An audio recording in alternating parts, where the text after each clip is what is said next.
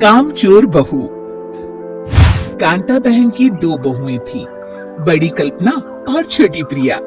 कल्पना का जैसा नाम वैसा ही काम।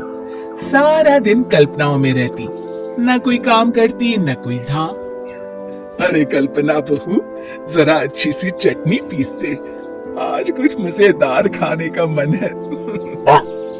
पेट में जलन हो जाएगी माँ जी बुढ़ापे में, और वैसे भी मेरा काम करने का वक्त शाम का है, अब प्रिया को ही बोल दो। इतना कहकर कल्पना वहां से चली जाती है। कांता कल्पना के ऐसे रवैये से काफी परेशान रहती है। मैं बना देती हूँ माँ चटनी, ऐसा बोलकर प्रिया माँ को चटनी बनाकर प्लेट में खाने को देती है कि तभी वहाँ कल्पना आ जाती है। अरे वाह चटनी, जरा चख कर तो देखो, बड़े दिन हो गए। अरे नहीं बहू, तू तो रहने ही दे चटनी खाना, पेट में जलन हो जाएगी।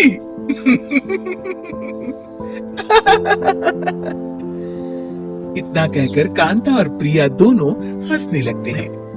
कल्पना सारा दिन या तो मोबाइल में यूट्यूब देखती या फिर सोती रहती। उसका कमरा भी बिखरा और गंदा रहता।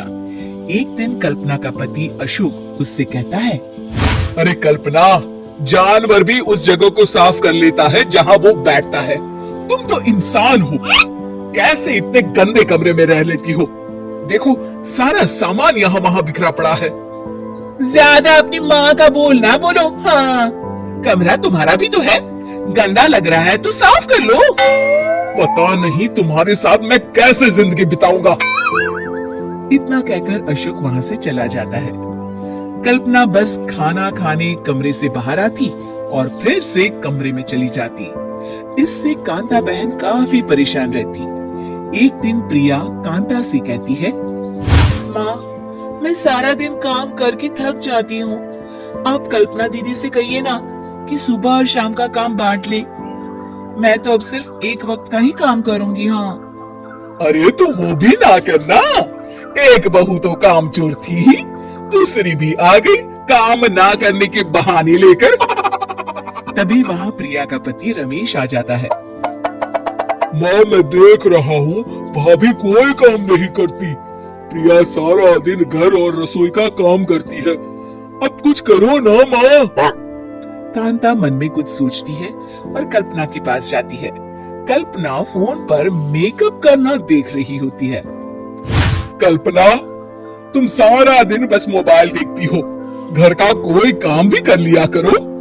प्रिया सारा दिन काम करके थक जाती है, आज से मैंने फैसला किया है, एक वक्त का काम तुम करोगी, सुबह का खाना तुम बनाओगी और रात का प्रिया। आप लोगों ने काम को हब्बा बना रखा है। अरे पता नहीं थोड़ा सा ज्यादा काम करने में आप लोग घबरा क्यों जाती हैं? और हाँ, बहुत ज्यादा प्रिया की तारीफ मत करिए मेरे सामने, बड़ी बहू तो मैं ही रहूंगी। मैं कुछ नहीं जानती, कल सुबह मुझे वक्त से खाना चाहिए, रसोई में आ जाना, वरना कल से तुझे खाना नहीं मिलेगा। अगली सुबह कल्पना रसोई में नहीं आती है। वो देर से सोकर उठती है और बाहर आकर कहती है, भूख लगी है, आज खाने में क्या है? इतनी देर हो गई, आज किसी ने मुझे उठाया भी नहीं, पता नहीं कहाँ है सब। कल्पना को घर में कोई नहीं दिखता। वो रसोई की तरफ जाती है जहाँ बड़ा सा ताला लगा होता है। अरे रसोई में ताला! ओ, मैं तो भूल ही गई थी। माँ ने आज से सुबह का खाना मुझे बनाने को कहा था। हे भगवान, इतने लोगों का खाना बनाना क्या आसान है? तभी घर के सारे सदस्य बाहर से वापस आते हैं। वाह माँ जी, मजा आ गया छोले भटूरे खाकर। मेरे मुंह में तो अभी भी स्वाद आ रहा है। अरे कल्पना, तेरे भरोसे रहते तो हम तो भूखे ही रह जाते। कल्पना को बहुत गुस्सा आ जाता है। अब बहुत हो गया, आज से मैं अपनी रसोई अलग कर रही हूँ, मैं अपना खाना खुद बना लिया करूंगी। कल्पना अपनी रसोई अलग कर लेती है, पर आए दिन उसका देर से उठना और काम न करने की आदत से वो भूखी ही रह जाती थी। उसी के सामने घर के लोग अच्छे अच्छे पकवान खाते और कामचोर कल्पना को जैसे तैसे ही खाना बनाकर खाना पड़ता। पर एक दिन तो हद ही हो गई। माँ, दीदी आज सुबह से कमरे से बाहर नहीं निकली, हमें जाकर देखना चाहिए।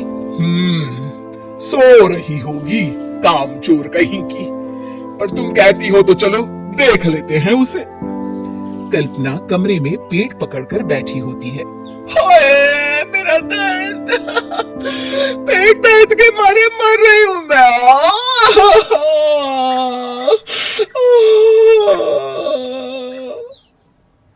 अरे दीदी, क्या हुआ? पेट में दर्द क्यों हो रहा है? डॉक्टर को दिखाया आपने? माँ, कल्पना खड़ी होती है और माँ जी के पास आती है। मुझे माफ कर दीजिए, अब से मैं सारे काम में मदद करूंगी, कभी आलस और काम चोरी नहीं करूंगी। हाँ हाँ, वो तो ठीक है, लेकिन अचानक क्या हो गया जो तू काम करने को तैयार हो गई? काम चोर कल्पना। माँ, लगातार बासी और उल्टा पुल्टा खाना खाने के कारण मेरे पेट में इंफेक्शन हो गया है। काम न करना पड़े इसलिए मैं 2 दिन का खाना एक दिन ही बना लेती थी। बासी और खराब खाना खाने के कारण लेने के देने पड़ गए। ओह, पेट में दर्द हो रहा है। चलो अच्छा हुआ, देर आए दुरुस्त आए।